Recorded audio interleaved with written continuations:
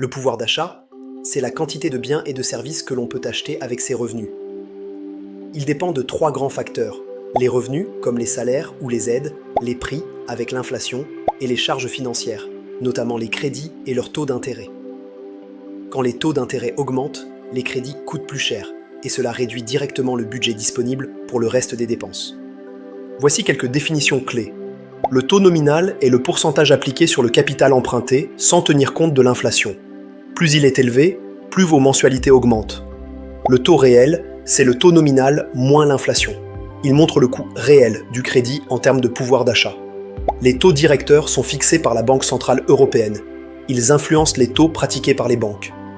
Quand la BCE augmente ses taux, les banques prêtent plus cher. Le TAEG est le taux annuel effectif global. Il inclut tous les frais, intérêts, assurances, commissions. C'est le vrai coût du crédit et l'outil le plus utile pour comparer les offres. L'inflation est la hausse générale des prix. Si les prix augmentent plus vite que vos revenus, votre pouvoir d'achat baisse. Voyons maintenant comment les taux d'intérêt influencent le pouvoir d'achat. Le coût des crédits, si vous empruntez pour un logement, une voiture ou un projet, un taux élevé alourdit vos mensualités et réduit votre reste à vivre. Le service de la dette. Pour les ménages déjà endettés, une hausse de taux sur des prêts variables ou longs signifie plus de revenus consacrés au remboursement. L'épargne et le rendement. Des taux élevés rendent certains placements plus attractifs, mais si l'inflation est plus forte, le rendement réel reste faible. L'immobilier et les biens durables. Des taux bas stimulent l'immobilier et font grimper les prix. Des taux hauts ralentissent ce mouvement, mais peuvent aussi freiner la construction. Le lien d'inflation et les taux. La Banque centrale monte ses taux pour freiner l'inflation, mais cela ralentit l'économie. Le plus important est le taux réel.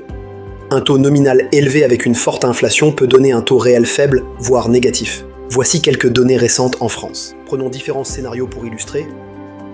Premier scénario, un prêt immobilier de 200 000 € sur 20 ans, à 1,5%, une mensualité de 965 € pour un coût total de 31 600 €. À 3,75%, une mensualité de 1 186 € pour un coût total de 84 640 €, soit 53 000 € de plus au total.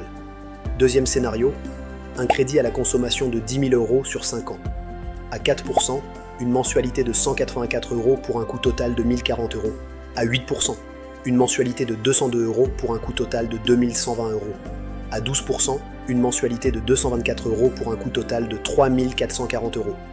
L'écart peut aller jusqu'à 40 à 80 € par mois, ce qui pèse lourd dans le budget. Troisième scénario, un effet global sur un ménage. Prenons un ménage avec 3 000 € de revenus nets par mois, déjà engagé sur un crédit immobilier. Si les taux augmentent d'un point, ou si un nouveau crédit conso est ajouté, le reste à vivre peut baisser de plusieurs centaines d'euros. Cela réduit la capacité d'épargne et peut retarder certains achats ou projets. Voici des stratégies pour préserver votre pouvoir d'achat. Renégocier ou racheter ses crédits quand les taux baissent pour profiter de meilleures conditions. Allonger la durée. Cela baisse les mensualités, mais augmente le coût total. Il faut bien calculer. Comparer les offres et optimiser son profil emprunteur. Revenus stables, apports, bon historique. Tout cela aide à obtenir un meilleur taux. Rembourser en priorité les crédits les plus chers, comme le crédit conso ou le découvert. Diversifier son épargne pour trouver des placements qui rapportent plus que l'inflation. Anticiper et budgétiser. Prévoir une marge de sécurité pour absorber une hausse de charges ou de taux variables. Surveiller l'économie. Les décisions de la Banque centrale et l'évolution de l'inflation sont des signaux importants. Les taux d'intérêt ont un impact direct sur vos crédits, votre épargne et donc votre pouvoir d'achat.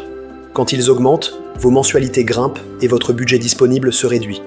Bien comprendre ces mécanismes, comparer les offres et agir au bon moment permet de garder le contrôle sur ses finances.